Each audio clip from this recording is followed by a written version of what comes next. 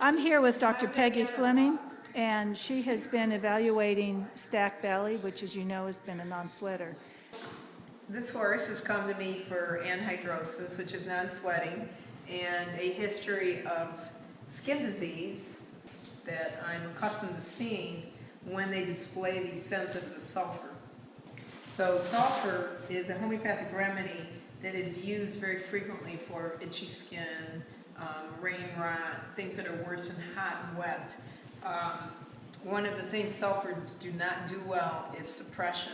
So for example, if you try to get rid of the skin disease through external means such as bathing or corticosteroids rather than getting their own innate immune system to rid themselves of the disease, what will happen is the skin becomes suppressed and a worse disease will appear in its place, which is the inability to cool yourself is a much serious disease. And the definition of suppression is to replace a minor disease with a worse disease.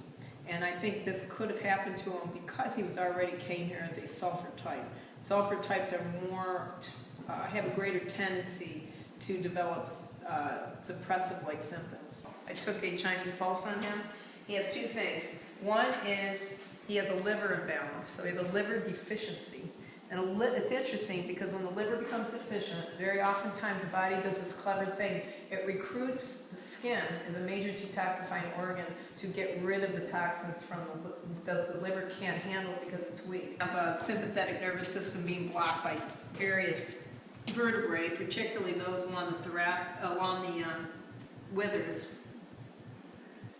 And I'm just checking his occiput because he's got that really bad roach back, and I want to see what's causing that. A lot of times the neck being out can roach the back.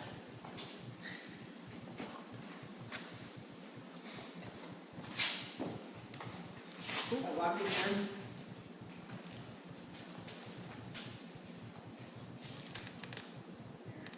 That's my bone. What?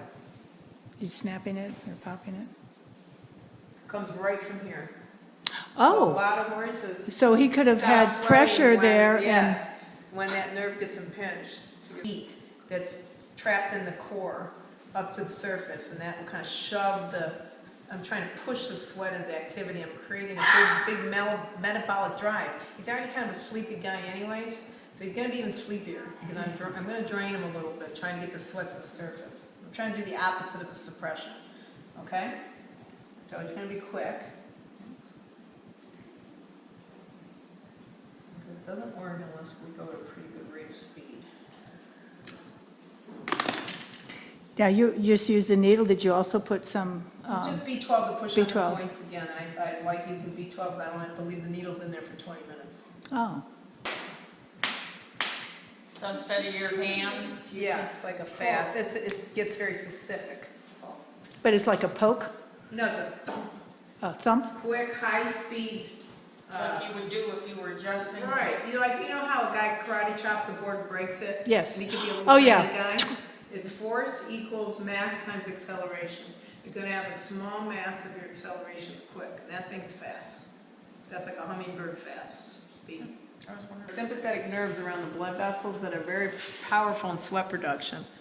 And right here is one spot. This is at stomach 4, it's called. And so I'm just going to put a needle in there and manipulate it. So we have some blood coming out. Usually about 5 drops. Do it. Detox peg and sulfur, Yes, 200. yes.